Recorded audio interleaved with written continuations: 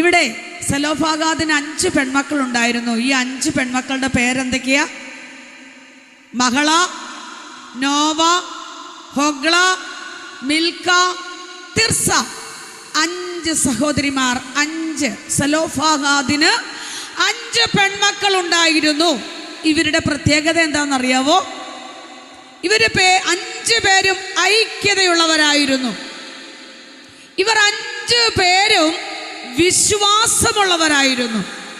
ഇവർ 5 പേരും ദൈവസഭയിൽ മുൻപന്തിയിലായിരുന്നു. ഇവർ 5 പേരും ദൈവാശ്രയത്തിൽ മുൻപന്തിയിലായിരുന്നു. ഇവർ 5 പേരും ദൈവാശ്രയമുള്ളവരായിരുന്നു.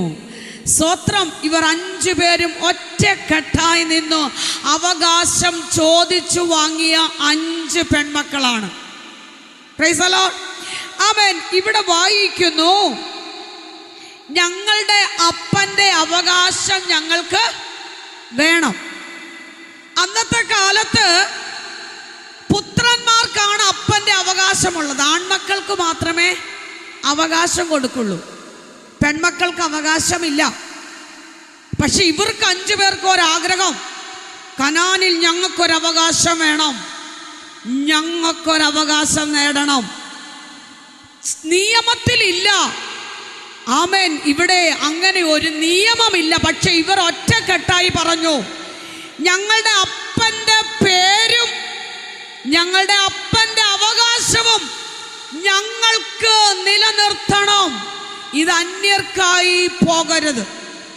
അവർ ഒറ്റക്കെട്ടായി വന്നിട്ട് അവർ നേരെ എങ്ങോട്ടാ വരുന്നേ? അവർ 5 പേരും കൂടെ എവിടെ വന്നു?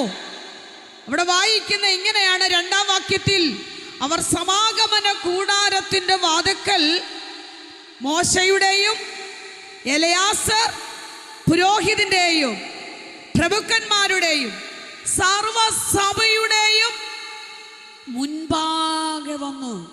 അവർ പറഞ്ഞത് എന്താ പറഞ്ഞേ? അവരെവിടാ പോയേ? മോശയുടെ വീട്ടിലാണോ പോയേ? അല്ല. കമ്മിറ്റി അംഗങ്ങളുടെ അടുത്താണോ പോയേ? അല്ല. ആമേ. കൂട്ടുകാരടുക്കിലേക്കാണോ പോയേ? അവര് പോയത് അവിടെ ഇവിടെ ഒന്നും അല്ലെന്നേ.